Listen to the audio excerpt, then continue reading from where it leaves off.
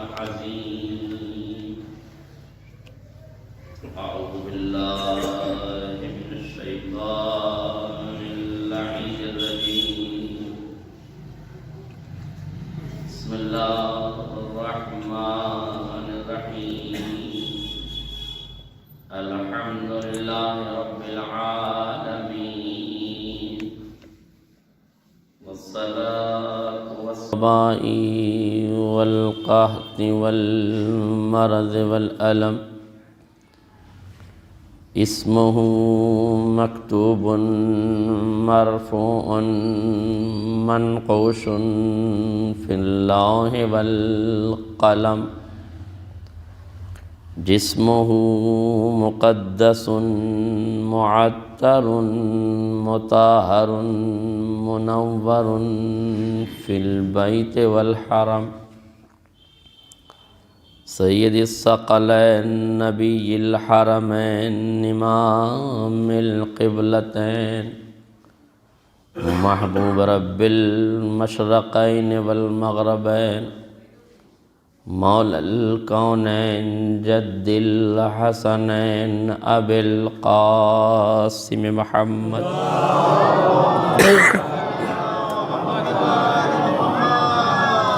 وعلى آل بیتہ الطیبین الطاہرین المعصومین المظلومین ولعنۃ الدائمۃ الباقیۃ علی اعدائہم اجمعین من الآن إلى قیام یوم الدین اما بعد فقد قال اللہ الحکیم فی کتابہ المجید بسم اللہ الرحمن الرحیم اِنَّا أَنزَلْنَاهُ فِي لَيْلَةِ الْقَدْرِ وَمَا أَدْرَاكَ مَا لَيْلَةُ الْقَدْرِ صلوات محمد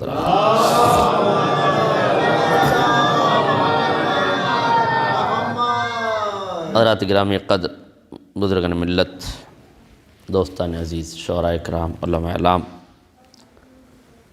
مجلس صدیقہ طاہرہ کی شہادت کی مناسبت سے ہے، اور ظاہر ہے کہ جس مناسبت پر مجلس ہے مناسب بھی یہی ہے کہ گفتگو اسی پر کی جائے، اور جو جنرل قاسم سلیمانی کی شہادت کا جو عظیم موقع ہے اس پر بھی انشاءاللہ ایک مجلس عزا منعقد ہوگی، آئندہ اس کا اعلان کیا جائے گا، اس کے پروگرام کی تیاریاں ہو رہی ہیں، اس لیے میں اس ٹاپک کو اگلی مجلس کے لیے بچا کے رکھنا چاہتا ہوں۔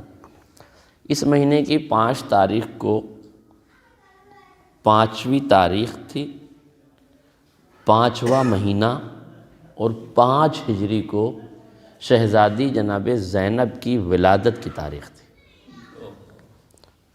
5 تاریخ جمادی الاولیٰ کی، اور جمادی الاولیٰ عربی مہینوں میں 5واں نمبر کا مہینہ ہے، اور 5ویں ہجری میں ولادت ہوئی ہے۔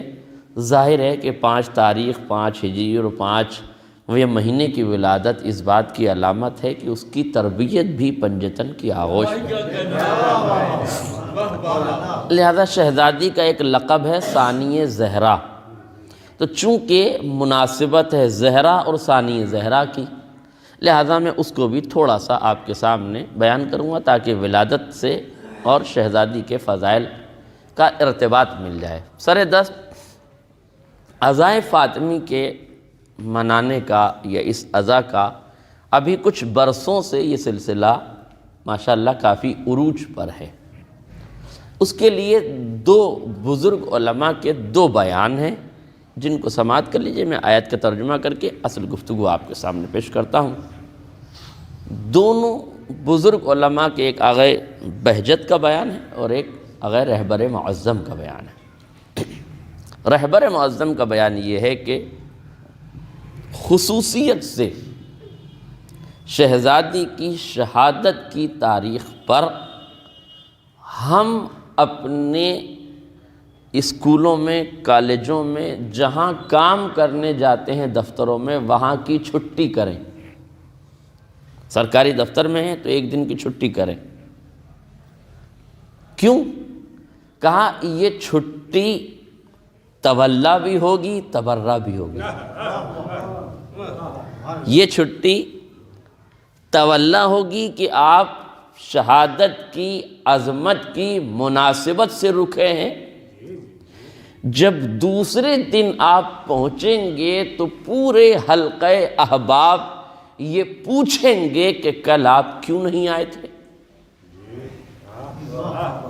کل آپ کے یہاں کیا پروگرام ہو گیا تھا، کیا مصیبت تھی، کیا پریشانی تھی، کیوں نہیں آئے تھے۔ تو آپ ان کو یہ بتائیں گے کہ کل نبی کی ایک لوتی بیٹی کی شہادت تھی، تو وہ پوچھے گا کہ نبی کی ایک لوتی بیٹی، اس کو بھی امت نے شہید کر دیا، تو قاتلوں کا نام بتاؤ۔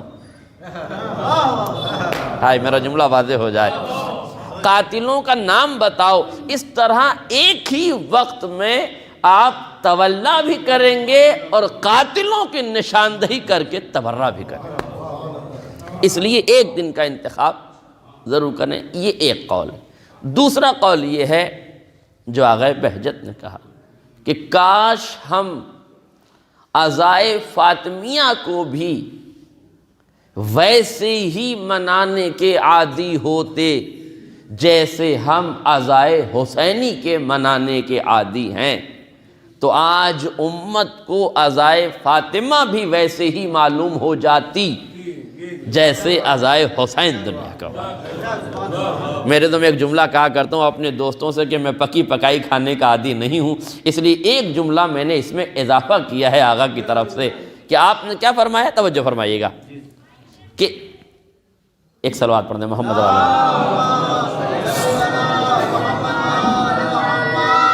عزائے فاطمی بھی عزائے حسینی کی طرح یاد رہ جائے۔ میں نے ایک جملہ اس میں اضافہ کیا ہے کہ یقیناً اگر ہم نے عزائے حسینی کی طرح عزائے فاطمیہ کو بھی منایا ہوتا تو جس طرح آج کوئی زندہ ضمیر مسلمان حسین کے قاتلوں پر اپنی اولادوں کا نام نہیں رکھتا ہے، اگر ہم نے عزائے فاطمیہ ویسے ہی منائے ہوتے تو آج کوئی زندہ ضمیر مسلمان اپنی اولاد کا نام فاطمہ کے قاتلوں پہ نہ رکھتا۔ اس لیے ضروری ہے کہ اس کو عظیم اور اس شہادت کو منایا جائے۔ اور میرے عزیزوں یاد رکھیے گا، یہ میری طرف سے ایک جملہ ہے، میری اپنی رائے ہے، بزرگان تشریف فرما ہے، علاقے کا یہ ایک سنجیدہ اور اہل علم طبقہ، اہل شعوری جلوگاہیں موجود ہیں یہاں، اور میں ان کے درمیان یہ بات کہنا چاہتا ہوں کہ اسلامک نقطۂ نظر سے جو ہدایت کا راستہ ہے نا، جو بصارت کا راستہ ہے نا، جو اس پار سے اس پار آنے کا راستہ ہے نا، معاف کیجئے گا، وہ غدیر پڑھ کے سنا دیجئے تو کوئی سین سے شین نہیں ہوگا۔ آئے میرا جملہ واضح ہو جائے، ہاں نا، آپ ہجرت سنا دیجئے، غدیر سنا دیجئے، کربلا سنا دیجئے، آپ کچھ بھی سنا دیجئے، اس سین پر بصارت کے نقطے نہیں آئیں گے، مگر آپ صدیقہ طاہرہ کی عظمتوں کے ساتھ اس تاریخ کو بتا دیجئے۔ اور میں اپنی طرف سے نہیں کہہ رہا ہوں، تاریخ کا بڑا سنہرا واقعہ ہے۔ علامہ اسماعیل میرٹھی دیوبندی اہل سنت کے بڑے جید عالم دین، مناظرے کے بیتاج بادشاہ۔ حد یہ ہے کہ اہل سنت کی طرف سے آپ مناظرہ کرتے ہیں اور بڑے بڑے شیعہ ذاکرین و واعظین کو آپ نے ہرا دیا۔ اتنا ذہین فہیم آدمی، سمجھیے گا، تاریخ میں لکھا ہے۔ اور یہ مناظرہ، ایک مناظرہ انہوں نے کسی شیعہ عالم سے لڑا، جیت گئے، اور اپنے پورے لاؤ لشکر کے ساتھ اپنے اس گاؤں اور علاقے میں پہنچے۔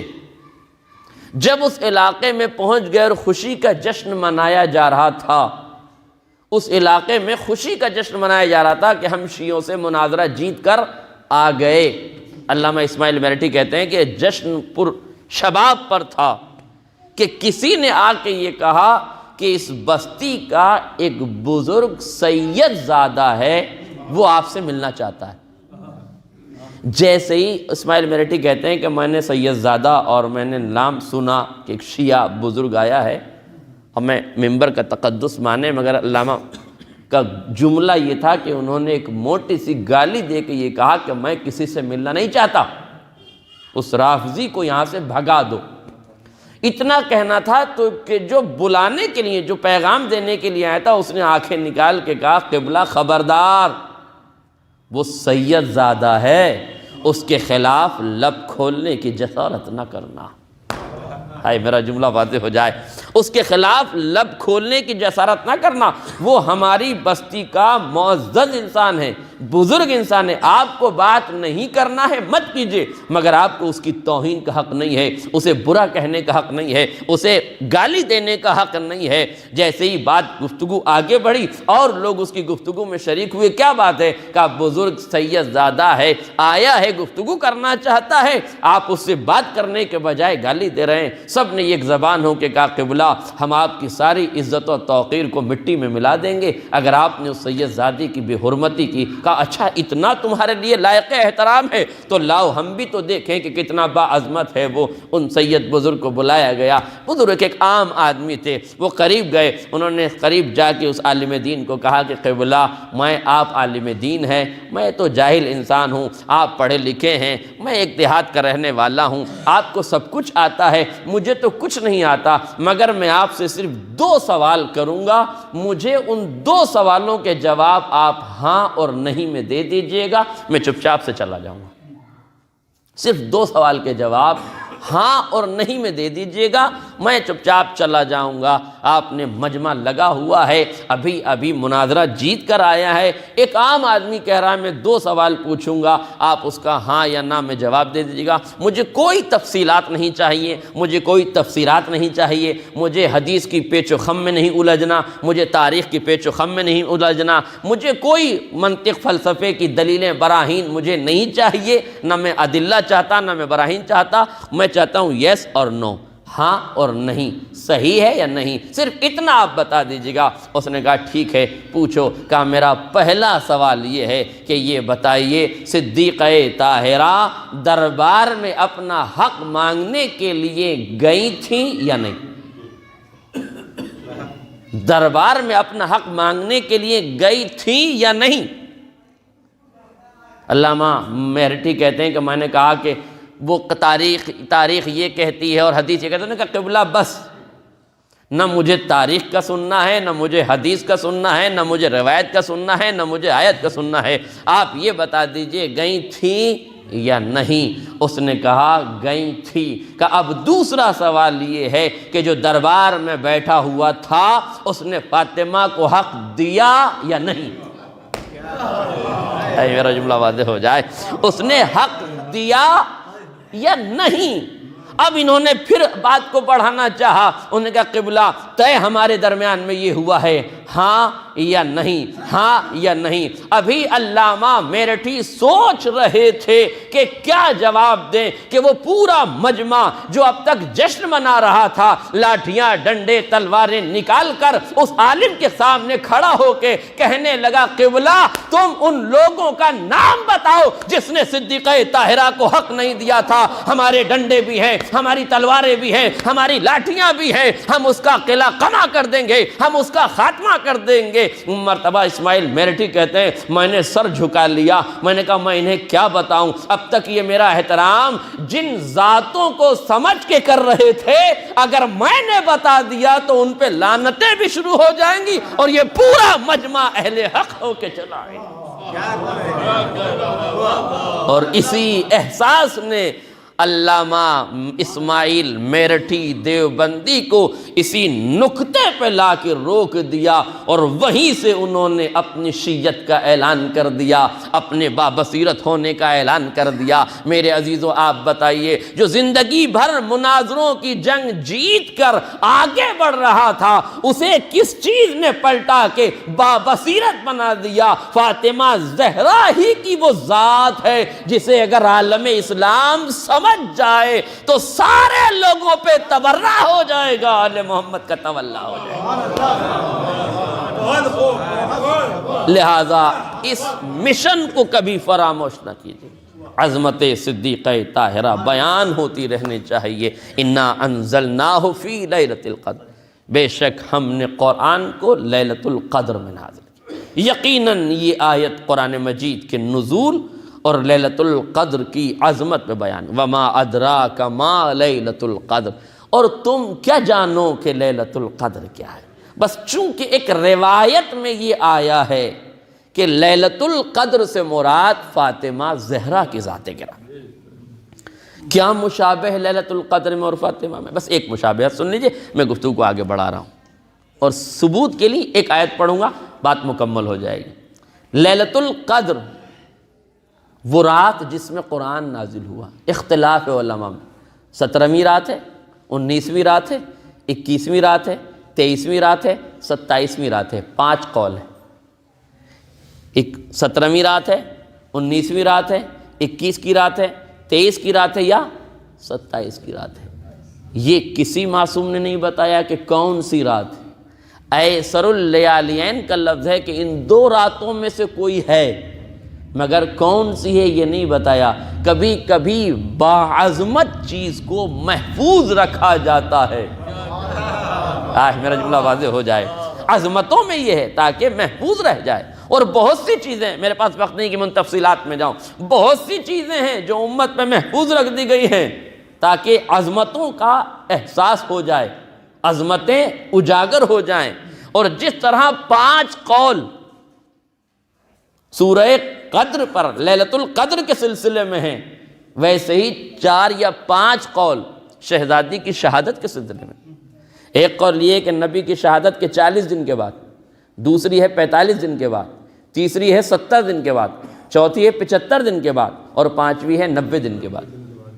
یہ جو تسلسل ہے اقوال کا کہ کس تاریخ میں ہوئی، یہ بھی محفوظ رکھا گیا ہے۔ جس طرح نبی نے، معصومین نے لیلۃ القدر نہیں بتائی، اسی طرح صدیقہ طاہرہ کی شہادت نہیں بتائی تاکہ قدروں کے درمیان دونوں قدریں دنیا کو محفوظ ہو جائیں اور دونوں قدریں محفوظ رہ جائیں۔ مگر اگر دنیا کو سمجھنا ہی ہے کہ لیلۃ القدر کیا ہے تو رات کے سمجھنے کا تعلق دن سے ہوتا ہے، لیلۃ القدر رات کے سمجھنے کا تعلق صبح سے ہوتا ہے۔ وہ رات سمجھ ہی میں نہیں آ سکتی جس کی صبح نہ سمجھ میں آئے، مگر صبح سمجھ میں آ گئی۔ حتی مطلع الفجر، میرا جملہ واضح ہو جائے، حتی مطلع الفجر، یقین جانو وما ادراک ما لیلۃ القدر، تمہیں زندگی بھر لیلۃ القدر سمجھ میں نہیں آئے گی، مگر ہاں جب امامت کی فجر طالع ہوگی، حکومت غیبت آل محمد قائم ہوگی، تب دنیا کو لیلۃ القدر کی عظمتوں کا اندازہ، تب قدر لیلۃ القدر، اس لیے کہ لیلۃ القدر فجر سے جڑی ہوئی ہے، نو فجر الگ نہیں ہے، اسی لیلۃ القدر کی آغوش سے پنپنے والی ہے صبح فجر۔ توجہ فرمایا آپ نے۔ میں ذرا تفصیلات سے دامن بچاتے ہوئے یہ عظمت صدیقہ طاہرہ کیا ہے یقین جانیے، بہت سے فضائل اور مناقب تاریخ میں جڑے میں ہیں جن کا جتنا ذکر کیا جائے کم ہے، احادیث، روایات، آیات کا انبار ہے، مگر میں ذرا سا تاریخ کے تجزیے پر غور کرانا چاہتا ہوں اور آپ کو یہ بتانا چاہتا ہوں کہ فاطمہ کس ذات گرامی کا نام، صدیقہ طاہرہ کس ذات گرامی کا نام ہے۔ دیکھیے 11 ہجری تک اگر ہمیں عظمت صدیقہ طاہرہ، زہرا اور ثانی زہرا، میں دونوں سمجھاتا ہوا چلوں، زہرا اور ثانی زہرا، فاطمہ کو سمجھنا ہے زینب کو سمجھ لیجئے، زینب کو سمجھنا ہے تو فاطمہ کو سمجھ لیجئے، دونوں شہزادیوں کو سمجھ لیجئے، حقیقت اسلام بھی سمجھ میں آ جائے گی، معصومین کی کارکردگی بھی آپ کے سمجھ میں آ جائے گی۔ 11 ہجری تک اسلام اپنے پورے آب و تاب کے ساتھ، پوری آن بان شان و شوکت جاہ و حشم وقار کے ساتھ عالم اسلام میں، عالم عرب میں پھیل رہا ہے۔ یہ قرآن مجید کی آیتوں کا نزول ہو چکا ہے، 11 ہجری تک تقریباً قرآن مکمل طور سے نازل ہو چکا ہے۔ الیوم اکملت لکم دینکم کی سند مل چکی ہے، غور فرما رہے ہیں، مکمل طور سے قرآن جمع ہو چکا ہے، پورے اسلام کے آئین قرآن مجید کی آیات میں نبی کی دھلی ہوئی زبان میں مکمل ہو چکے ہیں۔ اب دین مکمل ہو چکا ہے، غور فرمائیے گا، اس قدر دین مکمل ہو گیا ہے کہ 11 ہجری میں الیوم اکملتو کی سند مل گئی ہے، مگر 11 ہجری میں ایک انقلاب آیا۔ 11 ہجری میں ایک انقلاب آیا۔ انقلاب یہ تھا کہ بظاہر اسلام کو 2 حصوں میں تقسیم کر دیا گیا، ایک محمد کا اسلام جو خانہ نشین ہو گیا، ایک حکومت کا اسلام جو تخت پہ براجمان ہو گیا۔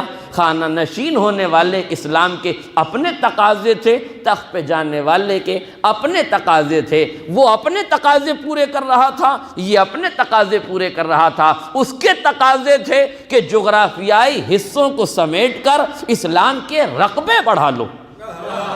کاش میرا جملہ واضح ہو جائے، جغرافیائی حصوں کو سمیٹ کر اسلام کے رقبے بڑھا لو، یہ حکومت کا اسلام کر رہا تھا، مگر محمد کا اسلام پراگندہ آیتوں کو سمیٹ کے قرآن جمع کر رہا تھا۔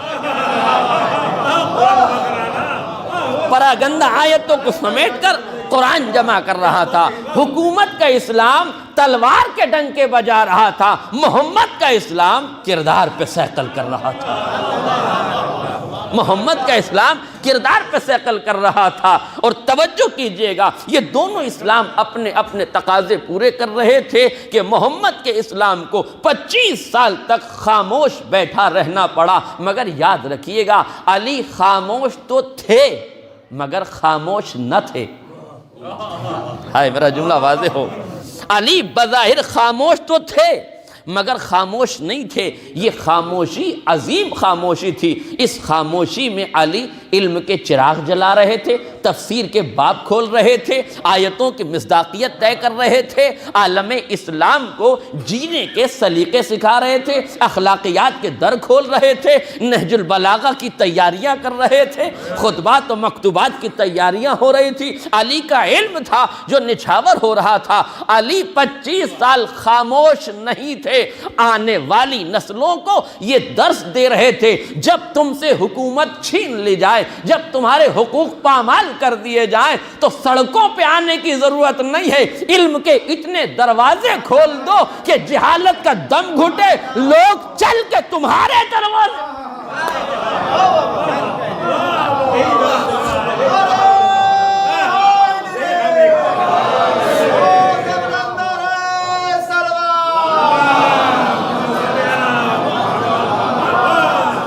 علی 25 سال خاموش ہے۔ میرے سے ایک جملہ کہوں، صاحبان شعور تشریف فرما ہے، محمد کا اسلام خانہ نشین ہو گیا، حکومت کا اسلام تخت نشین ہو گیا، تو بڑی تیزی سے بھاگی ہے حکومت۔ آج میرا جملہ واضح ہو جائے، بڑی تیزی سے بھاگی ہے حکومت، مگر دنیا نے دیکھا کہ یہ 25 سال تک بھاگتی ہوئی حکومت 2-3 قدم لڑکھڑا کے گر گئی۔ 2-3 قدم چل کے لڑکھڑا کے گر گئی، اور جب حکومت لڑکھڑا کے گری تو گری بھی کہیں اور نہیں، مشکل کشا کے دروازے پہ آ کے گری، اور ہاتھوں کو جھوڑ کے کہنے لگی، یا علی اب جہالتوں کے بام پہ نہیں رہا جاتا، اب ایمان جہالت میں پناہ نہیں ملتی، یا علی اب علم کے دروازے پہ پناہ دے دیجئے، کب تک میں جاہلوں کے پاس رہوں گی، اب تو قدموں میں لے کے آشیرواد دے دیجئے، اب تو قدموں میں لے کے آشیرواد دے دیجئے۔ علی دنیا کو بتا رہے تھے، حکومت کہیں بھی چلی جائے، اگر جاہل تختہ حکومت پر آ جائے تو یاروں کی حکومت چند دن چلے گی مگر لڑکھڑا کے گر جائے گی۔ ضرورت ہے کہ علم کے اتنے اجالے پیدا کر دو کہ جہالتوں کا دم گھٹنے لگ جائے، جہالتوں کا دم گھٹنے لگ جائے۔ اور بہت ضروری ہے اس وقت میرے عزیزوں، یاد رکھیے گا، میں عصر حاضر سے جڑنا نہیں چاہتا تھا مگر ایک جملہ اپنے نوجوانوں کو ضرور کہوں گا، یاد رکھیے گا، اگر ہمیں واقعاً اس ملک میں آبرو مندانہ زندگی گزارنا ہے، عزت سے رہنا ہے، اس لیے کہ کہنے والے کہتے ہیں کہ مسلمانوں کے 2 استھان، غلط کہتے ہیں، ہمارا کوئی استھان پاکستان میں نہیں ہے، ہمارا تو ایک ہی استھان ہے، یا ہندوستان یا قبرستان، ہمارے لیے تیسرا کوئی استھان نہیں، ہمارا یا ہندوستان یا قبرستان، ہمیں کہیں تڑی پار جانا نہیں ہے، کوئی تڑی پار والا ہمیں تڑی پار جانے کی نہ کہے۔ ہاں کوئی تڑی پار والا ہم سے تڑی پار جاننے کو نہ کہے، ہم جائیں گے تو یہ قبرستان میں یا رہیں گے تو ہندوستان میں، تیسرا ہمارا کوئی علاقہ نہیں ہے جہاں ہمیں جانے کی ضرورت ہے۔ مگر میرے عزیزوں اگر آبرومندانہ زندگی گزارنی ہے تو یاد رکھیے گا جہالت کے بام و در کو ختم کرنا پڑے گا، جہالت کے کانٹے تو ہمیں راہوں سے صاف کرنے پڑیں گے، اور خالی صاف نہیں کرنے پڑیں گے۔ میں اپنے بچوں کے لیے بزرگوں سے معذرت چاہتے ہوئے ایک جملہ، ایک چھوٹا سا قصہ سنانا چاہتا ہوں۔ یہ میرا قصہ تکراری ضرور ہے مگر مفید بڑا ہے، اور آپ لوگ اور ہم لوگ تو عادی ہو چکے ہیں ایک شعر کئی بار سننے کے، ہاں، اور بار بار مکرر ارشاد۔ تو اگر کہیں کوئی میسج مکرر ہو جائے تو مجلس پرانی نہیں ہے۔ ہاں تھوڑا سا دیکھیں، اس دھرتی کا اس پوتر دھرتی کا ایک بدھیمان ویکتی گزرا ہے، بڑا وزڈم پاور رکھنے والا ایک عظیم انسان، جس کا نام ہے آچاریہ چانکیہ۔ سنا ہوگا بچوں نے تاریخ میں، اکھنڈ بھارت کا سپنا بھی اسی کا تھا، چانکیہ۔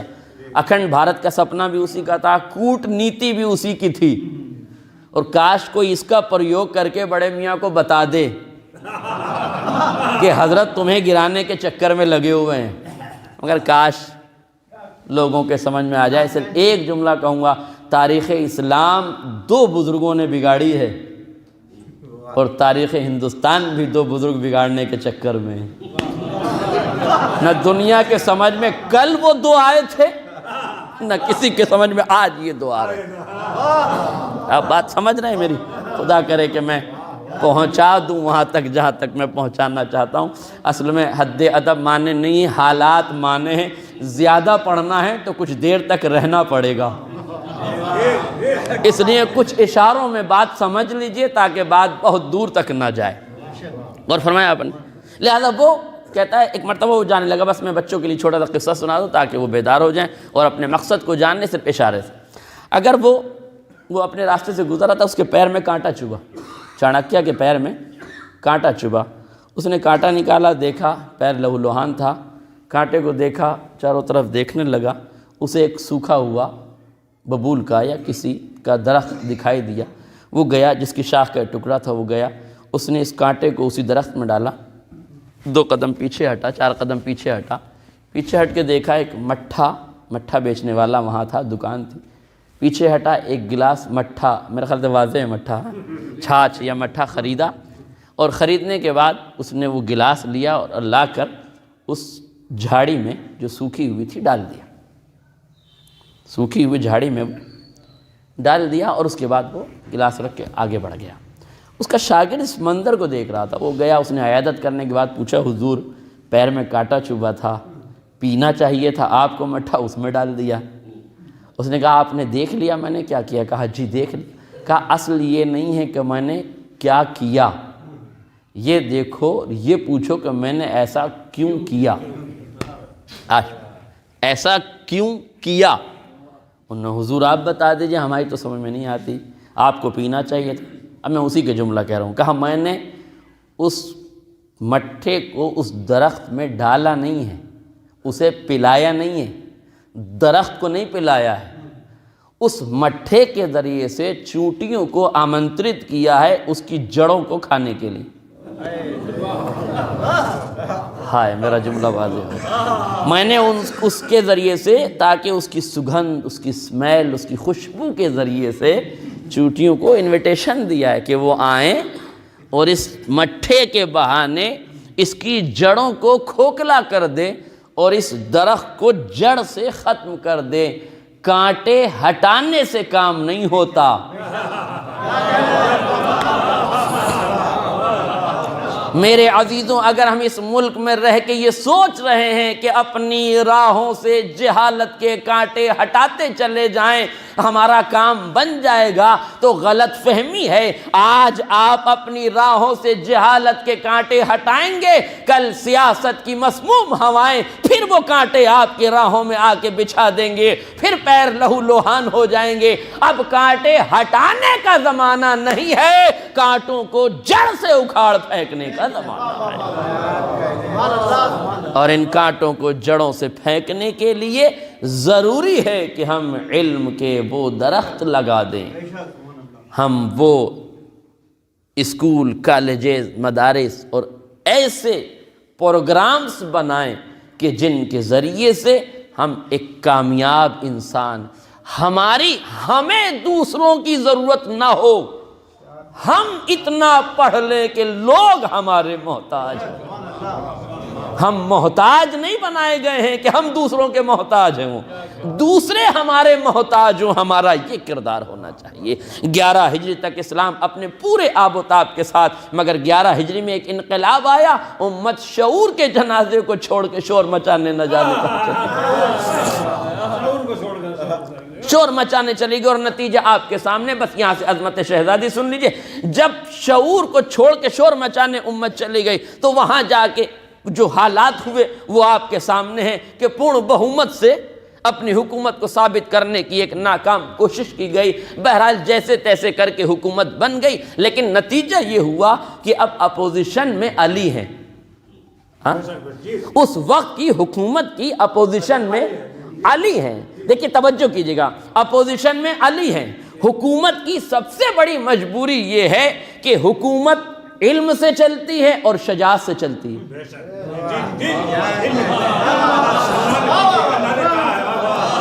بھائی مکاریوں سے نہیں چلتی، راجنیتی کرنے والے سن لیں، سیاستوں سے چلتی ہے مگر حکمتوں سے چلتی ہے، مکاریوں سے نہیں چلتی۔ حکومت یہ شجاعت سے چلتی ہے اور علم سے چلتی ہے۔ شجاعت کا حال بھی آپ جانتے ہیں کہ علی کے مقابل میں جو اپوزیشن ہے وہ کتنی بہادر ہے۔ علم کا معیار بھی آپ جانتے ہیں، جو علی کے مقابل میں ہیں وہ 40 برس کی عمر میں ایک سورہ نہیں یاد کر پاتے، علی 3 دن کی عمر میں 4 کتابیں پڑھ کے سناتے ہیں۔ علی 4 کتابیں، 3 دن کی عمر میں 4 کتابیں پڑھ کے سناتے ہیں۔ دوسرا مسئلہ یہ ہے کہ علی کسی میدان سے بھاگے نہیں، یہ کسی میدان میں ٹکے نہیں۔ اب بڑی مصیبت تھی، اپوزیشن میں علی ہے، علی کے مقابل میں نہ شجاعت ہے، نہ ہمت ہے، نہ علم ہے، نہ کردار ہے۔ تلوار ان کے پاس، کردار ان کے پاس، جہالت ان کے پاس، علم ان کے پاس، ہزیمت ان کے پاس، بہادری اور شجاعت ان کے پاس۔ اب کرے کیا؟ تو حکومت نے 2 راستے نکالے، بہت توجہ کیجئے گا۔ حکومت نے 2 راستے نکالے، یا تو علی کو قتل کر دو، یہی حربہ ہے اپوزیشن کے پاس، یا تو جو آپ کے راستے میں آئے اسے ختم کر دو۔ اور آپ دیکھ رہے ہیں جو کل والوں نے کیا وہ آج والے کر رہے ہیں، جو کل والوں نے کیا وہ آج والے کر رہے ہیں۔ 2 صورتیں ہیں، یا تو علی کو قتل کر دو، یا علی سے بیعت لے لو۔ یا علی کو قتل کر دو یا علی کو بیعت کر دو، یہ ہے حکومت کی پلاننگ۔ چونکہ اپوزیشن میں علی ہے، اب علی کے سامنے 2 مشکلیں ہیں۔ بہت توجہ میرے عزیزوں، میں نے یہاں سے عظمت فاطمہ کا اعلان کرنا ہے، اس لیے میں نے پوری تمہید بنائی ہے۔ علی کے سامنے 2 مشکلیں ہیں۔ ایک مشکل یہ ہے کہ علی قتل سے ڈرتے نہیں، مگر علی اگر اس وقت قتل ہو جائیں تو اسلام کا جنازہ نکل جائے گا۔ علی بیعت کر نہیں سکتے، اس لیے کہ ید اللہ کا ہاتھ غیر اللہ کے ہاتھ میں جائے کیسے؟ تلوار علی اٹھا نہیں سکتے، اس لیے کہ باہری طاقتیں آپس میں 2 ٹکڑے ہو اور ہم حملہ کر دیں۔ نہیں توجہ کیا آپ نے؟ قسم خدا کی آپ علی کی مظلومیت کو ملاحظہ فرمائیں، آپ علی کی عظمت کو اندازہ کریں، یہیں سے تو آپ کو فاطمہ زہرا کی عظمت کا اندازہ ہوگا۔ علی کی عظمت کا اندازہ کریں، بیعت کر نہیں سکتے عصمت کے خلاف، قتل ہو نہیں سکتے ضرورت اسلام کے خلاف، تلوار اٹھا نہیں سکتے حقیقت اسلام کے خلاف۔ علی اس دوراہے پہ کھڑے تھے جہاں چاروں طرف سے مشکلوں نے گھیرا تھا۔ لفظ بدلوں، علی مشکل کشائے 2 جہاں ہیں، مگر 11 ہجری میں علی مشکل کشا تو ہیں مگر خود مشکل کشا علی مشکلوں میں گرفتار ہیں۔ اب کون ہے جو علی کی مشکل کشا بن جائے؟ اب کون ہے جو علی کی مشکل کشا بن جائے، علی کو نہ بیعت کرنے دے، نہ شہید ہونے دے، نہ تلوار اٹھانے دے، تو کوئی مونس و ہمدم نہیں تھا جو اٹھتا۔ فاطمہ زہرا اٹھی، آنسوؤں کا حصار بنایا، یا علی میں بچاؤں گی، آنے تو دیجئے۔ جب آئے ہیں قتل کرنے کے لیے، توجہ، جب آئے ہیں قتل کرنے کے لیے، بیعت لینے کے لیے، تو شہزادی نے آنسوؤں کا حصار بنا لیا، علی کو بچا لیا، نہ بیعت کرنے دی نہ شہید کرنے دیا۔ آئے میرا جملہ واضح ہو جاتا، نہ بیعت کرنے دی نہ شہید کرنے دیا۔ اور فاطمہ نے جہاد کر کے بتایا، میں تنہا وقت کے امام کو بچا نہیں رہی ہوں، نہیں لفظ بدلوں، یہ زہرا وقت کے امام کو خالی بچا نہیں رہی ہے، گھر میں بیٹھی ہوئی زینب کو ثانیہ زہرا بنا رہی ہے۔ زہرا ثانیہ زہرا بنا رہی ہوں، زینب دیکھ لو، آج میں نے امامت بچائی ہے، کل تجھے امامت بچانا ہے، آج میں نے آگ کے شعلوں سے علی کو بچایا ہے، کل تجھے آگ کے شعلوں سے علی کو بچانا ہے، آج میں نے بچایا ہے، کل تجھے بچانا ہے۔ خبردار، نہ آج کا علی شہید ہو، نہ آج کا علی بیعت کرے، نہ کل کا علی بیعت کرے۔ آئے میرا جملہ واضح ہو، نہ کل کا علی بیعت کرے۔ فاطمہ زہرا نے ایک ہی وقت میں ولایت کو بچایا، ایک ہی وقت میں امامت کو بچایا، ایک ہی وقت میں علی کی مشکل کشا بن گئی فاطمہ زہرا، اور زینب کو تیار کر دیا اور بتایا زینب کو، خبردار امامت کی حفاظت ایسے کرنا۔ زینب نے بھی اعلان کر دیا، اب جملہ سن لیجئے توجہ سے، شہزادی نے بھی اعلان کر دیا، اماں جان گواہ رہیے گا، آج آپ نے امامت کو بچایا ہے، کل میں امامت کو بچاؤں گی، مگر اماں اتنا یاد رکھیے گا، آج آپ نے امامت کو بچا لیا، مگر آگ و لکڑیاں رگانے والے، لانے والے تقدس کی نقاب اوڑھ کے چلے گئے تو صحیح، میں کربلا میں اسی نام کے قاتلوں کو پکڑا کے بتا دوں گی، جو کل کا عمر سعد ہے وہ آج کا عمر سعد ہے۔ ایک صلوات پڑھ دے محمد اور آل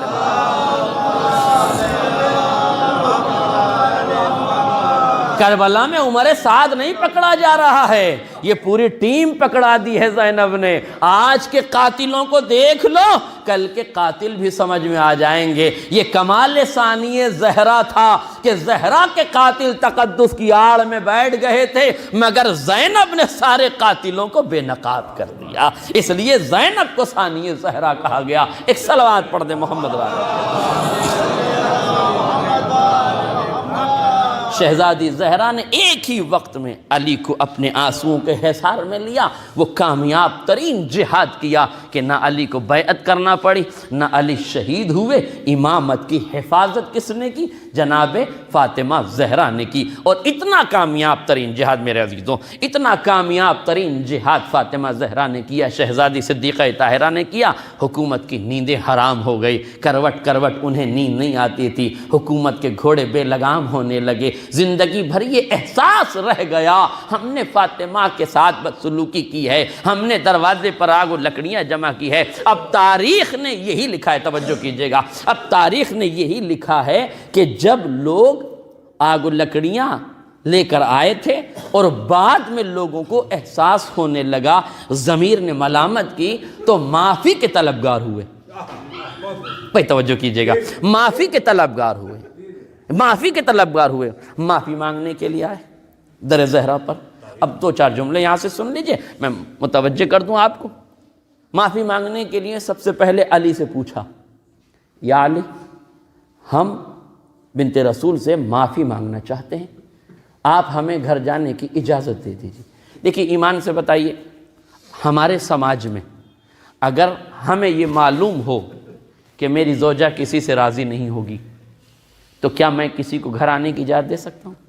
اور اگر میرے سماج کی بات کروں تو کڑوی ضرور ہے، مگر حقیقت یہی ہے، اگر بیوی کا جھگڑا شوہر کے بھائی سے ہو جائے اور بیوی یہ کہہ دے اپنے شوہر سے کہ اب تمہارا بھائی گھر میں قدم نہ رکھے، تو ایک ہی جملہ کہوں گا کہ خون کے رشتے پانی ہو جاتے ہیں اور پانی کا رشتہ سر پہ چڑھ جاتا ہے، اور لوگ اب گھر میں آنے کی اجازت نہیں دیتے۔ بیوی کی ناز برداریوں کا عالم، یا علی، ہمارے سماج میں زوجہ کی ناز برداریاں بڑی ہیں، آپ بھی ناز برداری کر لیجئے، انہیں آنے کی اجازت کیوں دے رہے ہیں؟ کہا تمہارے سماج میں اور علی کے مزاج میں کچھ تو فرق رہ جائے، تمہارے سماج میں اور علی کے مزاج میں کچھ تو فرق رہ جائے۔ ارے میں اس لیے اجازت دے رہا ہوں کہ کل انہیں یہ کہنے کا موقع نہ ملے ہم تو جا رہے تھے علی نے جانے، آج میرا جملہ ہوا، ہم تو جانا چاہ رہے تھے علی نے جانے نہیں دیا، تو انہیں موقع مل جائے گا، اس لیے یہی جائیں۔ اب توجہ کیجئے گا، یہی جائیں۔ اب تاریخ نے لکھا اور بڑی بڑی صحیح کتابوں میں یہ صحیح باتیں لکھی ہیں،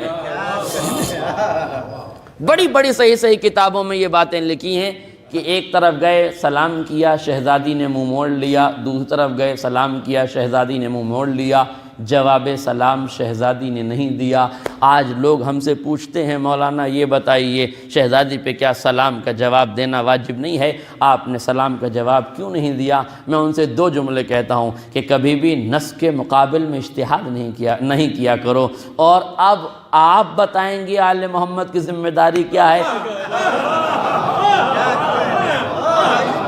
شہزادی نے جواب کیوں نہیں دیا؟ ارے آپ اسلام کی الف سے واقف نہیں ہیں، اور جس کی دہلیز پہ پوری شریعت اتر کر آئی ہے اسے آپ بتائیں گے کسے سلام کا جواب دیا جاتا ہے اور کسے نہیں۔ بڑے افسوس کا مقام ہے، ہم نے آل محمد کو سمجھا ہی نہیں، ہم نے آل محمد کا حقیقتاً ادراک ہی نہیں کیا۔ اور میں یہ یوں ہی نہیں کہہ رہا ہوں کہ آل محمد ہماری تو ہماری ہیں، یقین کیجئے آپ بڑے بڑے صحابیوں کے بھی سمجھ میں نہیں آئے، بڑے بڑے صحابیوں کے۔ میں دو صحابیوں کا ذکر کروں جن کی عظمتوں پہ جانے قربان ہماری سب کی، مگر پھر بھی علی کی عظمت دیکھیے ان کے بھی نہیں سمجھ میں آئی، ہم کیا کریں؟ ایک صحابی ایمان کے 9 درجے، ذرا جذبات پہ کنٹرول کیجیے گا، ایک صحابی ایمان کے 9 درجے پر ہے، ایک صحابی 10ویں درجے پر ہے، سلمان اور ابو ذر۔ جب علی کے گلے میں ریسمان ظلم ڈالی گئی دونوں وہیں بیٹھے ہوئے تھے، لے جایا گیا علی کو، دونوں وہیں بیٹھے تھے، سلمان بیٹھے رہے، ابو ذر کو جوش آیا، 9 درجے پر ہیں ابو ذر، ابو ذر کو جوش آیا، چھڑی اٹھائی اور علی کو بچانے کے لیے پیچھے پیچھے جانے لگے۔ بس کبھی ہوتا ہے نا کہ امداد سے پہلے للکار شروع کر دی، بڑھنا چاہتے تھے علی کی طرف، پیچھے مڑ کے دیکھا تو سلمان بیٹھے ہوئے ہیں، تو ایک مرتبہ للکار کے کہا سلمان تمہیں شرم نہیں آتی؟ علی کے گلے میں ریسمان ظلم ڈالی گئی ہے اور تم یہاں بیٹھے ہوئے ہو۔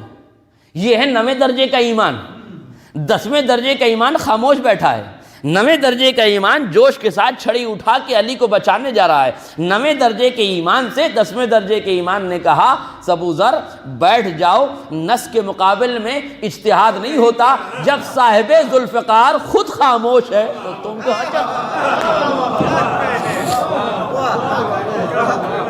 اب آپ ایمان سے ایک جملہ بتاؤ، جب 9 درجے والے صحابی کے سمجھ میں علی نہیں آئے تو بے ایمان وہابی کے سمجھ میں علی کہاں سے آئے گا؟ جب ابو ذر جیسے انسان کے سمجھ میں علی نہیں آئے تو ان دولت پرستوں، النگوں ملنگوں پلنگوں افیمچیوں کے سمجھ میں علی کہاں سے آ جائیں گے؟ علی امام عقل ہے، ملنگوں کے سمجھ میں علی تھوڑی آئیں گے۔ 9 درجے کا ایمان جب علی کو سمجھنے سے قاصر ہے تو یہ بے ایمان علی کو کہاں سمجھ سکتے ہیں؟ لہذا یہ نہ کہا کیجئے کہ آل محمد پہ کیا واجب ہے اور کیا واجب نہیں۔ آپ کون ہوتے ہیں کہنے والے آل محمد پہ کیا واجب ہے اور کیا واجب نہیں؟ لیکن ہاں اگر وکالت ہی چاہتے ہیں کہ کیوں شہزادی نے جواب نہیں دیا تو عصمتوں کی علتیں تو عصمتیں جانیں، مگر گناہگار بھی تو عقل و خرد کی وادی میں قدم رکھ کے کچھ سوچ سکتے ہیں، کچھ بتا سکتے ہیں، کچھ تجزیہ کر سکتے ہیں۔ ہم آپ کو بتاتے ہیں کہ شہزادی نے جواب کیوں نہیں دیا، غور کیجئے۔ حالانکہ ہم بھی یہی کہتے ہیں شہزادی، یہ 2 فقیر آپ کے دروازے پر کاسہ گدائی لے کر آئے ہیں، ان کے کاسہ گدائی میں معذرت کے پھول ڈال دیجئے۔ میں بہت سنبھل کے پڑھ رہا ہوں، تبرک کے الزام نہ لگ جائے۔ یہ 2 انسان آپ کے دروازے پر معافی مانگنے کے لیے آئے ہیں۔ بی بی آپ کے گلشن زہرا میں پھولوں کی کیا کمی ہے؟ ان کے کاسہ گدائی میں تو پھول معذرت کے ڈال دیجئے۔ جب یہ آ ہی گئے ہیں معذرت کے لیے، اور اس دروازے سے تو کوئی خالی ہاتھ پلٹا ہی نہیں ہے، چاند آیا چاندنی لے گیا، سورج آیا روشنی لے گیا، ستارے آئے ضیائیں لے گئے، درخت آئے ہریالی لے گئے، سمندر آئے روانی لے گئے۔ کائنات کا کون سا بندہ ایسا ہے جو یہاں سے نہیں لے گیا؟ ارے اوپر سے آ کے نیچے سے روٹیاں لے گئے۔ کون ہے جس نے تقدیر نہیں بنائی؟ بالوں پر اسی دروازے پہ ملے، مغفرتیں اسی دروازے پر ہیں، شفاعتیں اسی دروازے پر ہیں، انبیاء کا ہجوم اسی دروازے پر ہے، عصمتوں کی قطاریں اسی دروازے پر ہیں۔ وما تشاؤون الا ان یشاء اللہ کے مصداق اسی گھر میں ہے۔ یہی تو گھر ہے سب کچھ، اس گھر میں سب کچھ ہے۔ بی بی دو فقیروں کے کاسے گدائی میں دو معذرت کے پھول ڈال دیجئے۔ مسئلہ کیا ہے؟ دو بندے ہیں، معذرت کے لیے آئے ہیں، غلطیاں کی تھی، چلے جائیں گے، بات ختم ہو جائے گی، معاف کر دیجئے۔ دیکھیں میرا کام وکالت نہیں ہے، مگر کر اس لیے رہا ہوں کہ جرم کی سنگینی پتہ چل جائے۔ ہاں یہ الزام برداشت نہیں ہے کہ کوئی کہہ دے وکالت کر رہے تھے قبلہ، نہیں، وکالت مطلوب نہیں ہے، مگر جرم کی سنگینی کا اندازہ کرانا چاہتا ہوں۔ بی بی معاف کر دیجئے، معاف کر دیجئے۔ عجب نہیں دروازے زہرا سے آواز آئے، نادان یہ عدالت کی دہلیز ہے، یہ عدالت کی دہلیز ہے۔ اگر دو بندے آئے ہوتے تو معاف کر دیے جاتے۔ یہ بانی ظلم ہیں، یہ بانی ظلم ہے، انہیں معاف نہیں کیا جا سکتا۔ اگر آج میں نے معاف کر دیا، کل شمر آئے گا، پھر خولی آئے گا، پھر ابن زیاد آئے گا، پھر پسر سعد آئے گا، قاتلوں کی قطار ہوگی معذرت کے لیے۔ اگر آج قاتل معاف کر دیے گئے، مظلوموں کی آہوں کا خاتمہ ہو جائے گا، مظلوموں کی تمناؤں کا خون ہو جائے گا، مظلوموں کی آہوں کا خاتمہ ہو جائے گا۔ آج عین ظلم آیا ہے، اسے در زہرا پہ رسوا ہونا ضروری ہے تاکہ پھر کسی ظالم کی اتنی ہمت نہ ہو کہ در عدالت پر آ کے معافی مانگے۔ ایک صلوات پڑھ دیں محمد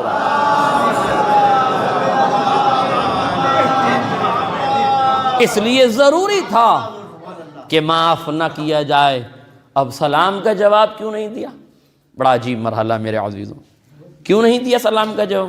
آئیے میں سلام کی نوعیت آپ کو بتا دوں، جواب کی نوعیت آپ کو بتا دوں۔ یقیناً اہل علم، اہل شعور تشریف فرما، ایک زمانے سے مجلسیں سن رہے ہیں، یہی سنا ہے کہ جواب نہیں دیا۔ میں بتانا چاہتا ہوں کہ کیوں نہیں دیا، یہ میری اپنی فکر ہے، اگر یہ غلط ہو تو انشاءاللہ اصلاح فرمائیں گے۔ بزرگان، شعراء، علماء، اہل علم، اہل شعور، اہل فکر مسند نشین ہیں، تشریف فرما ہے۔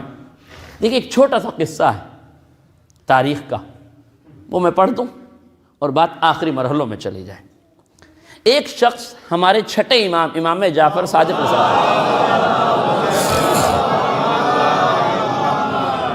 کے پاس آیا اور آ کے کہتا ہے، فرزند رسول، میرا گھوڑا آپ کے ساتھ، میری تلوار آپ کے ساتھ، میرے رہوار آپ کے ساتھ، میری دولت آپ کے ساتھ، میرے قوم آپ کے ساتھ، میرا قبیلہ آپ کے ساتھ، میرا وجود آپ کے ساتھ، میرا سب کچھ آپ کے ساتھ۔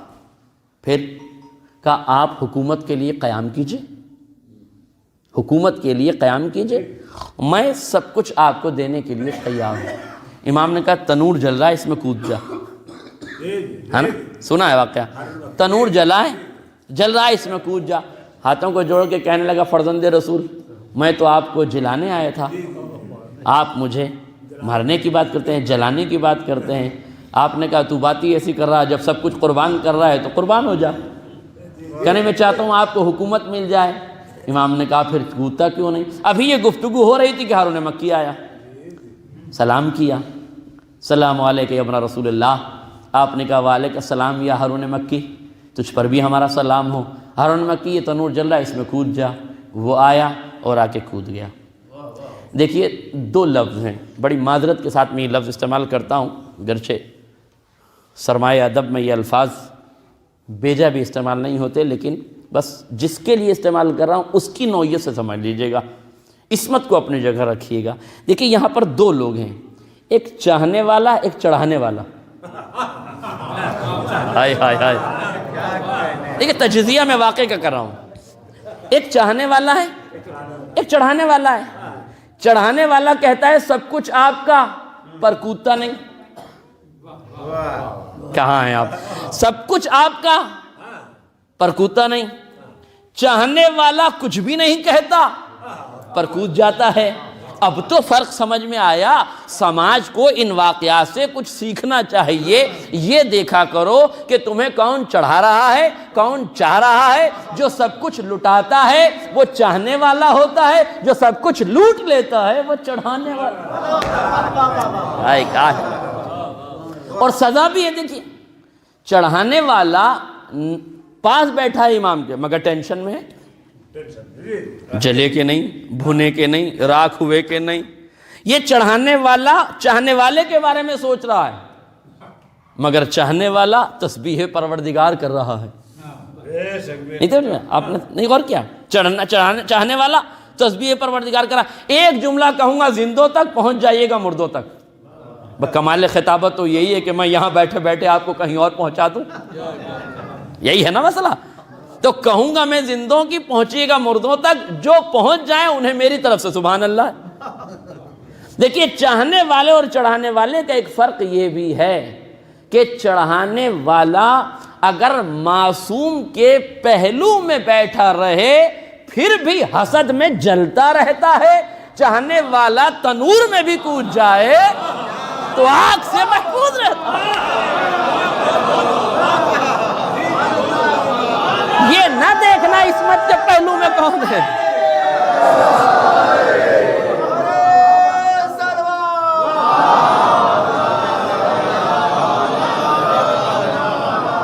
اجمل صاحب یہ نہ کہیے گا کہ آج کس موضوع پہ چلے گئے ہیں قبلہ۔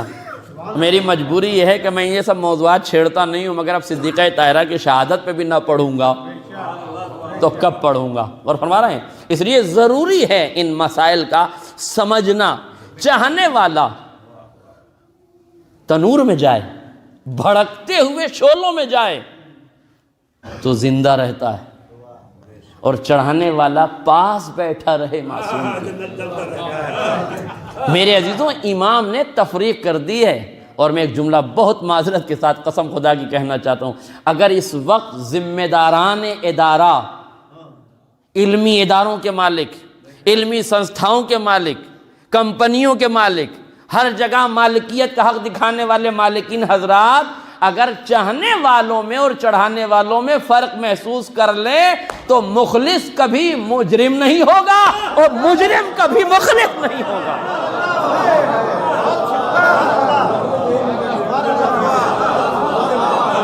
مگر افسوس یہ ہے کہ چڑھانے والے مخلص دکھائی دیتے ہیں اور چاہنے والے غریب مجرم بن جاتے ہیں، اور ظاہر ہے کہ عصمتوں کے سمجھنے سے ہی یہ مسائل حل ہوتے ہیں۔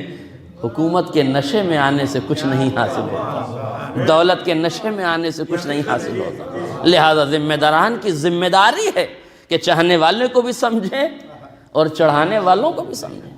اور آپ یقین کیجئے ٹوٹتے ہی ادارے اس لیے ہیں کہ چڑھانے والے قریب جاتے ہیں، چاہنے والے دور چلے جاتے ہیں، نتیجے پھر آپ کے سامنے آ جاتے ہیں۔ سب غور فرمائے آپ نے؟ دیکھیے واقعہ ختم ہو گیا، ہارون مکی کود گئے۔ میرا بھی تو حق ہے چشم تصور میں ہارون مکی کی خدمت میں جا کے پوچھوں قبلہ، نہ آؤ دیکھا نہ تاؤ، پوچھا اور کود گئے۔ ارے کچھ تو پوچھ لیے ہوتے مولا سے، کیوں کود جاؤں، خیریت تو ہے، کیا بات ہے، اتنی گفتگو تو کر لینی چاہیے تھی۔ کہا ہم میں اور تم میں یہی فرق ہے، تم مولا کے کلام میں قیل و قال تلاش کرتے ہو، ہم عمل کرنا شروع کرتے ہیں، ہم کود پڑتے ہیں، ہمیں ضرورت نہیں ہے۔ ہم نے کہا وہ تو میں سمجھ گیا مگر کچھ اشارہ ہمیں بھی دے دو قبلہ۔ آگ میں کود گئے، کہا چھوٹا سا اشارہ دوں گا، اس واقعے کو ریورس کر لو۔ ایک لفظ ریورس، ایک لفظ ریویو، میں ایک لفظ کی اور وضاحت کر دوں آپ سے، میرے دوست اور بیٹھے ہوئے ہیں، چونکہ بہت سے ہاٹ ٹاپک گزر گئے اور میں آپ سے ملاقات نہیں کر سکا، کچھ میری مجبوری ہے اور کچھ آپ کا بھی ذوق سماعت، کچھ خطبہ کے لیے شاید عالی ہے اور میں ابھی طفل مکتب ہوں، تو بہرحال دونوں میں سے جو بھی رہا ہو، تو اس لیے بہت سے واقعات ہاٹ ٹاپک ایسے تھے جن پر میں نے گفتگو کی ہے، بہرحال موقع بموقع کی ہے۔ ایک لفظ ریویو یہ آیا تھا بابری مسجد کے لیے، ہے نا، کیس میں ریویو مانگا گیا تھا، تو اس پر اپنوں اور غیروں کو بڑا اعتراض ہوا تھا، صاحب عدالت کی توہین ہے، عدالت کو جو ہے وہ اب زبردستی والی بات ہے۔ دیکھیے ہماری ذمہ داری یہ ہے کہ ہم حق کا مطالبہ کریں، ملے نہ ملے الگ بات ہے، مانگنا ضروری ہے۔ اگر ملنا ہی ضروری ہوتا تو فدق مانگا نہ جاتا.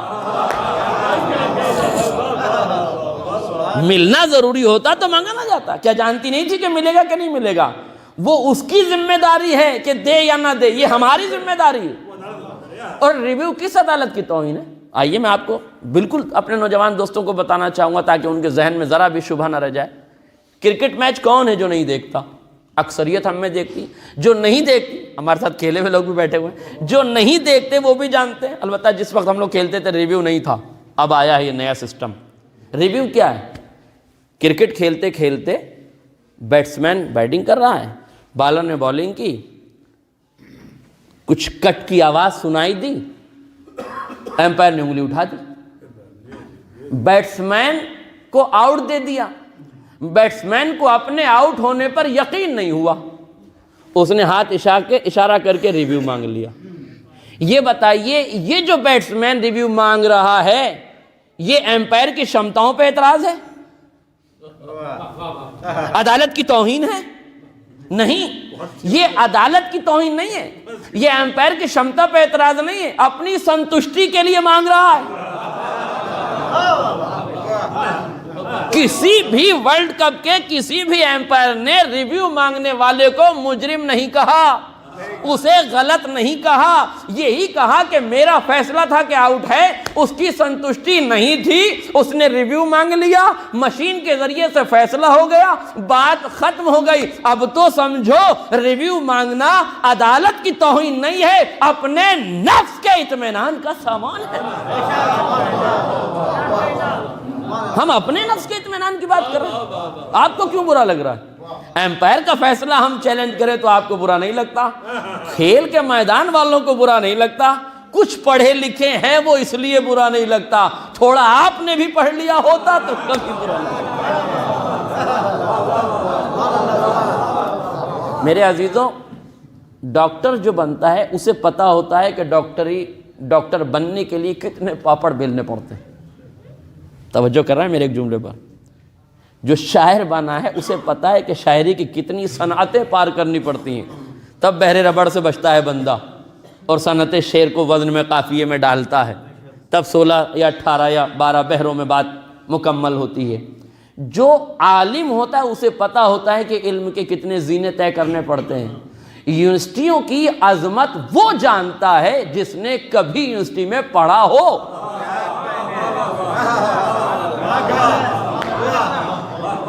میرے عزیزوں، بیٹی کا درد اس کے دل میں ہوتا ہے جو صاحب اولاد ہو. جس کے اپنی قسمت میں اولاد نہ ہو، ارے درد وہاں ہوتا ہے جہاں دل ہو. جہاں دل ہوگا وہاں درد ہوگا. بے دل کا لنگور کیا جانے درد دل کیا ہوتا ہے.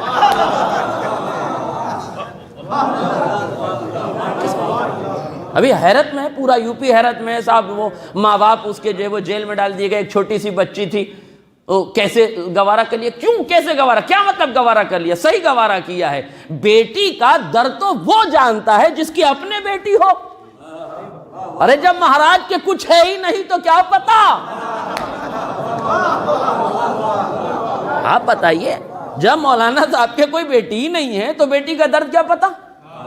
اور افسوس اسی لیے ایک جملہ کہتے ہوئے رکوں گا نہیں، چونکہ بات آ گئی اور قاسم سلیمانی کا ذکر آیا تھا. مجھے تعجب ہے اس میڈیا کے اوپر جو یہ لکھ رہا ہے کہ قاسم سلیمانی کی بیٹی، آتنکی کی بیٹی بدلہ مانگ رہی ہے. تمہیں شرم نہیں آتی؟ تمہاری 16 یا 18 نرسوں کو بچا کے جس قاسم سلیمانی نے اس پوتر دھرتی کی طرف روانہ کیا، تم اسے آتنکوادی کہہ رہے ہو؟ تمہارے ملک کی 16 بیٹیاں بچانے والا اگر آتنکوادی ہے تو پھر یہاں ظلم کرنے والے تمہارے کون سے رشتہ دار ہیں؟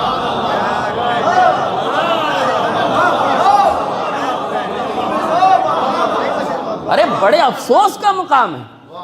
آج تم ایک بیٹی کے ساتھ برا ہو جائے تو قتل کی مانگ کرتے ہو، پھانسی کی مانگ کرتے ہو، اس کے سزا دینے کی مانگ کرتے ہو۔ بالکل کرو، اس لیے کہ جو عزتوں سے کھیلے اس کی اپنی بھی کوئی عزت نہیں ہونی چاہیے، تختہ دار پہ چڑھا دو۔ مگر یہ تو خیال کرو کہ جو عزت کو نیلام کر کے قتل کر دے، اگر وہ پھانسی پہ چڑھانے کے لائق ہے تو جو 16 بیٹیوں کی عزتوں کو بچا کر تمہارے ملک کے حوالے کر دے، کم بختوں اسے تو کم سے کم مجاہد لکھ دو۔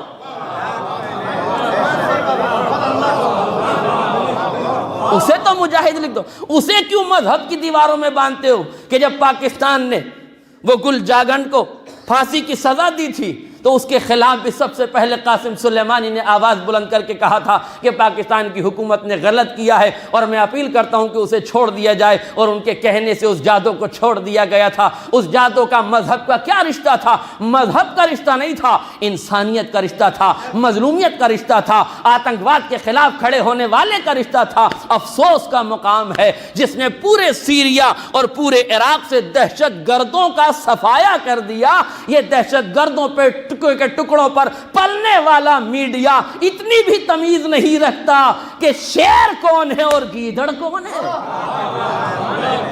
انہیں اتنا بھی پتہ نہیں ہے کہ حقیقت کیا ہے۔ میرے عزیزوں، بڑے عجیب سے حالات ہیں۔ بہت سے اینکروں نے لکھ دیا ہے، ہم پرزور مذمت کرتے ہیں، احتجاج کرتے ہیں اور عقل کے ناخن لینے کی ان سے اپیل کرتے ہیں کہ جب کبھی سویرا ہو جائے تو عقل کے ناخن لے کے ضمیر کی عدالت میں اپنے سینے پر ہاتھ رکھ کے پوچھنا کہ 18 نرسوں کو بچانے والا آتنکوادی ہوتا ہے؟ اس ملک کی بیٹیوں کو بچانے والا، ان کی عزتوں کو بچانے والا آتنکوادی ہوتا ہے؟ شرم اور افسوس کا مقام میرے۔ بس غور کیجئے، ریویو کرنا چاہتا ہوں۔ جناب ہارون مکی نے کہا میرے واقعے کو ریویو کر لو، ریورس کر لو، بس سمجھ میں آ جائے گی۔ میں نے کہا کیا ریورس کروں؟ کہا تم نے غور نہیں کیا، بس میں نے ختم کر دی دعا۔ کہا تم نے غور نہیں کیا، واقعہ پھر سے سنو ہوا کیا ہے۔ ایک شخص بیٹھا ہوا تھا، اس کی اور امام کے درمیان کیا بات ہوئی اسے چھوڑ دو، تم جانو اور تمہاری تاریخ جانے، تمہارا عقیدہ جانے، تمہاری روایت جانے۔ میرے ساتھ جو ہوا وہ سنو۔ میں آیا، میں نے نبی کے بیٹے کو سلام کیا، نبی کے بیٹے نے مجھے جواب سلام دیا، جواب سلام دے کے کہا تنور میں کود جاؤ۔ اتنا بھی سمجھ میں نہیں آیا جسے امام وقت جواب سلام دے دے۔ ہائے میرا جنو والا،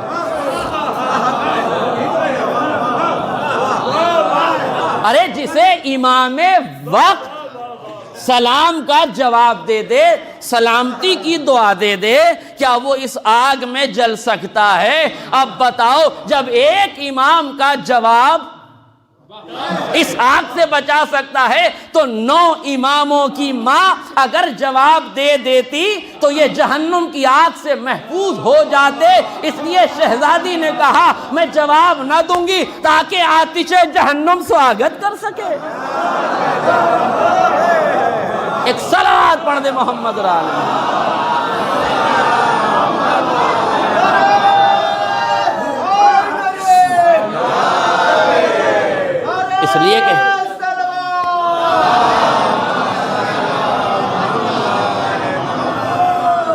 اس لیے شہزادی نے جواب سلام نہیں دیا۔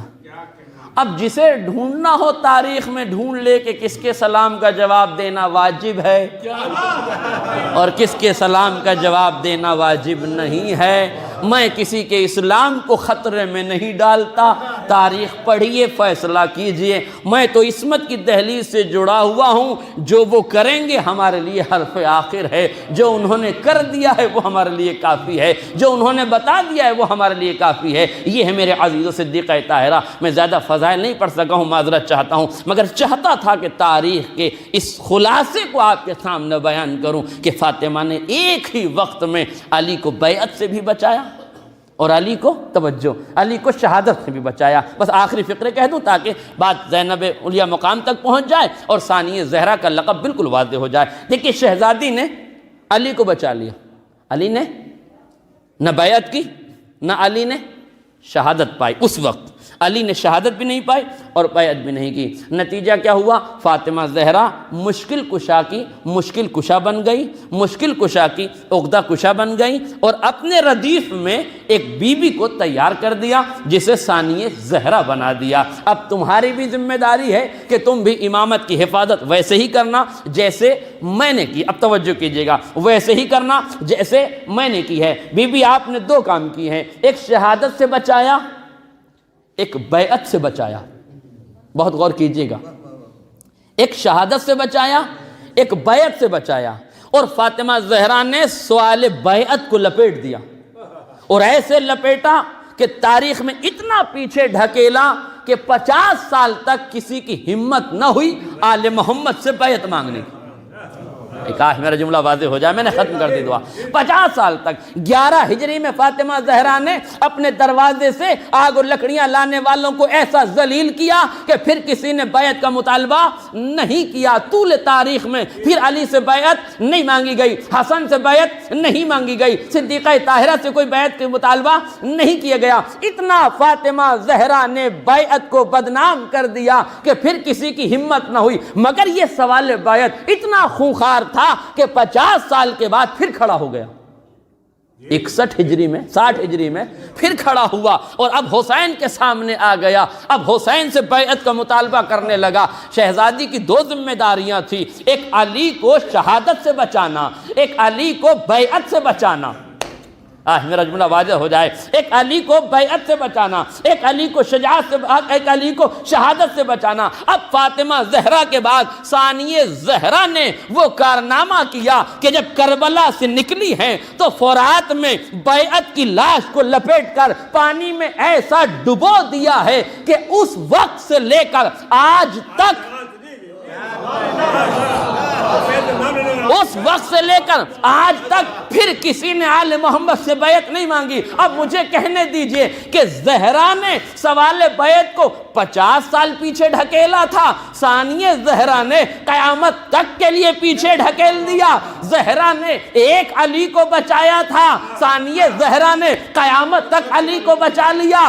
اب ضرورت ہی نہیں تھی کہ زینب کے بعد کوئی ثانیہ زینب ہوتی، زہرا کے بعد تو ثانیہ زہرا کی ضرورت تھی، مگر زینب کے بعد ثانیہ زینب کی ضرورت نہیں تھی۔ اس طرح ماں اور بیٹی نے مل کر اسلام کو مکمل طور سے اپنی عصمتوں کے حصار میں رکھا۔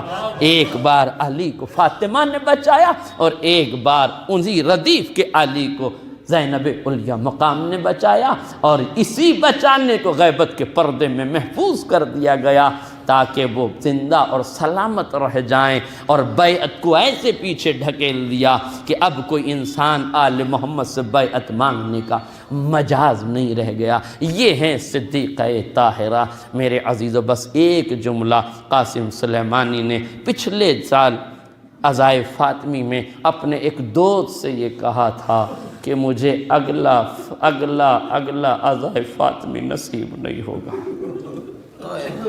نہیں رہ سکوں گا، میری شہادت ہو جائے گی، میں اگلے عزائے فاطمی تک زندہ نہیں رہوں گا۔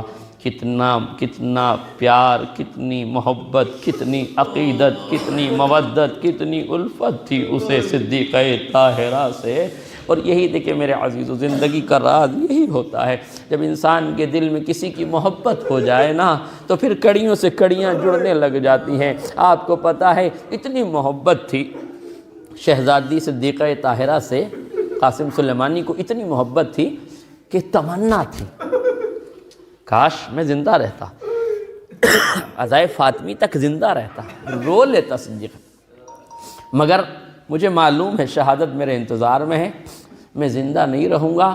تو اب آپ کو پتہ ہے زہرا کی محبت کا اثر یہ ہوا کہ جب ابھی سپرد خاک نہیں کیے گئے ہیں، سپرد خاک کرنے سے پہلے قاتلوں سے بدلہ لینے کے لیے جب راکٹ داغے گئے ہیں تو اس کا کوڈ ورڈ بھی یا زہرا رکھا گیا۔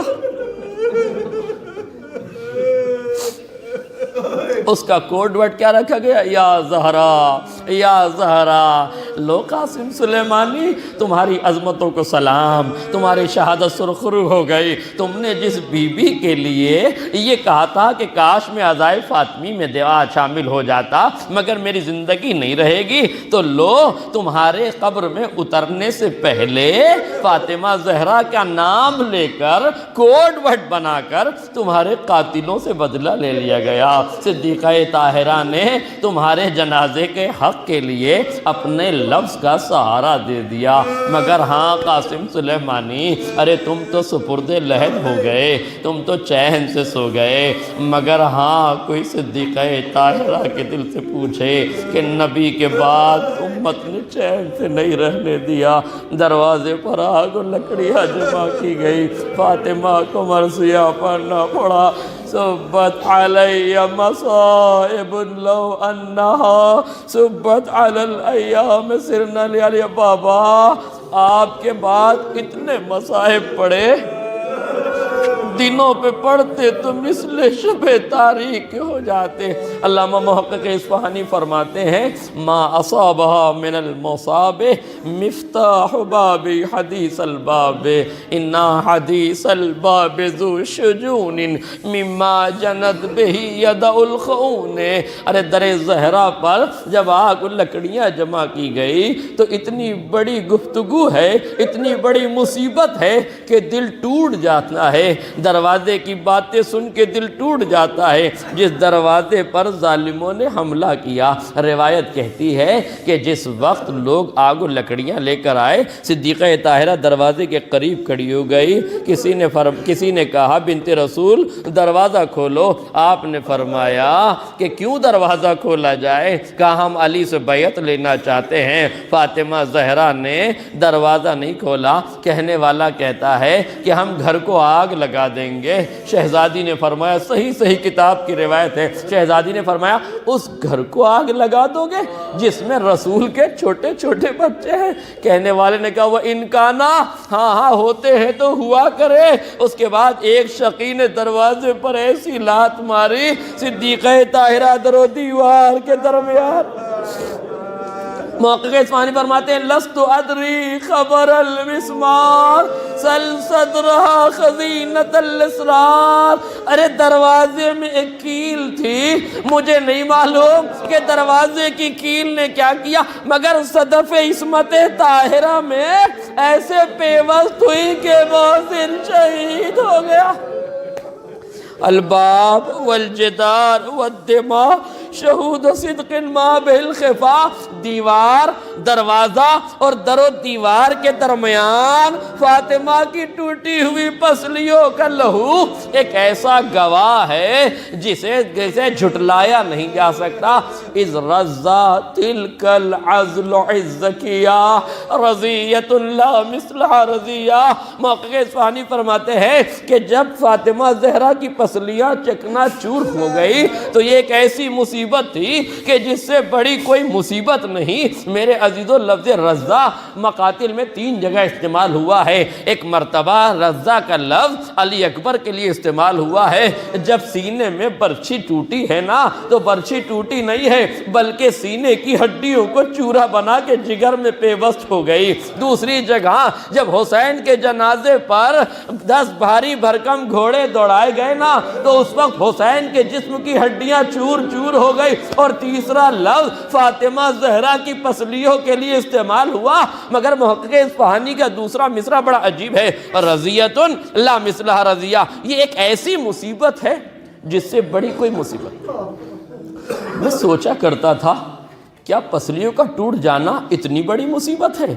بازوؤں کا کٹ جانا بھی مصیبت ہے، گلے کا کٹ جانا بھی مصیبت ہے، جسم کے پر پامال ہونا بھی ایک مصیبت ہے، مگر پسلیوں کا ٹوٹ جانا کیا اتنی بڑی مصیبت ہے؟ ابھی چند برسوں پہلے ایک عالم دین ایران میں فاطمہ زہرا کے مسائب پڑھ رہے تھے۔ صدیقہ طاہرہ کے مسائب پڑھتے پڑھتے آپ نے پسلیوں کے ٹوٹنے کا ذکر کیا، لوگ داڑھے مار کے رونے لگے، آنسو بہانے لگے۔ میرے عزیزو، ایک بندہ تھا، مجلس ختم ہو گئی، لوگوں نے تبرک نوش کر لیا، سب اپنے اپنے گھروں کو جانے لگے، مگر ایک بندہ تھا بیٹھا ہوا رو رہا ہے۔ لوگوں نے کھانا کھایا، وہ بیٹھا ہوا روتا رہا۔ لوگ گھروں کو جا چکے ہیں، وہ روتا رہا۔ کسی نے جا کے ذاکر اور عالم سے کہا مولانا جب آپ نے مصائب پڑھے نا، ایک بندہ فرش مجلس پہ بیٹھا ہوا ہے، ابھی تک زاروں قطار رو رہا ہے، ذرا جلدی چل کے اسے دلاسا دے دیجئے، ذرا اسے تسلی دے دیجئے۔ عالم جلدی سے آئے، مرتبہ اسے کلیجے سے لگایا، تعزیتی کلمات کے بعد ہاتھوں کو جوڑ کے پوچھا بھائی یہ بتا دے جو میں نے مصائب پڑھے ہیں تجھے کون سا فقرہ ہے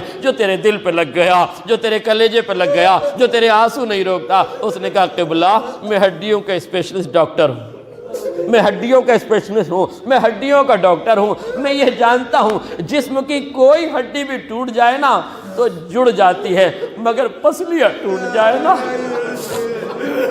مگر پسلیاں ٹوٹ جائے نا قبلہ جڑتی نہیں ہے۔ اور قبلہ پسلیوں کے ٹوٹنے کا نتیجہ یہ ہوتا ہے کہ جیسے جیسے سانس لیتا ہے اور سانس چھوڑتا ہے پسلیوں میں بے تحاشا درد ہوتا ہے۔ میں سوچ رہا ہوں کہ پسلیوں کے ٹوٹنے کے بعد ارے فاطمہ زہرا اتنے دن زندہ رہی، ارے راتوں کو تڑپتی ہوں گی، دن کو تڑپتی ہوں گی، ہائے میری شہزادی کتنی مصیبتیں برداشت کر رہی ہے۔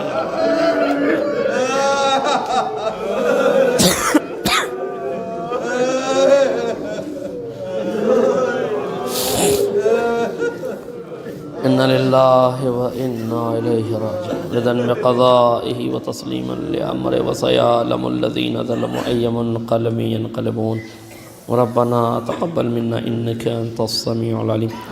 پروردگار واسطہ محمد رحل محمد کے مختصر سے عبادت کو قبول فرما۔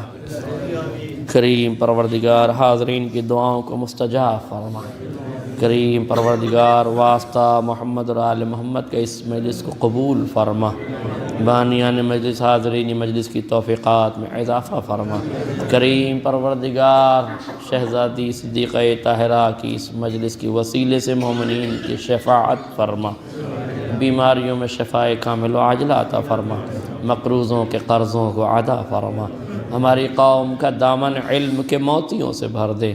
غربت و جہالت کا خاتمہ فرما۔ کریم پروردگار واسطہ محمد آل محمد کا آل سعود آل یہود آل خلیفہ کو نیست و نابود فرما۔ کریم پروردگار امریکہ اور اسرائیل کو نیست و نابود فرما۔ کریم پروردگار جنگ کا آغاز ہے اس میں ایران کی حفاظت فرما۔ کریم پروردگار مزارات مقدسہ کی حفاظت فرما۔ اماکن مقدسہ کی حفاظت فرما۔ کریم پروردگار واسطہ محمد اور آل محمد کے جنت البقیع میں عالی شان روضہ تعمیر فرما۔ کریم پروردگار دشمنان بقیع کو نیست و نابود فرما۔ کریم پروردگار اور امتحان نہ لے نور خدا فرزند زہرا حضرت بقیت اللہ کے ظہور پر نور میں تعجیل فرما، اور ہمیں ان کے انصار و اعوان قرار دے۔ ماتم حسین۔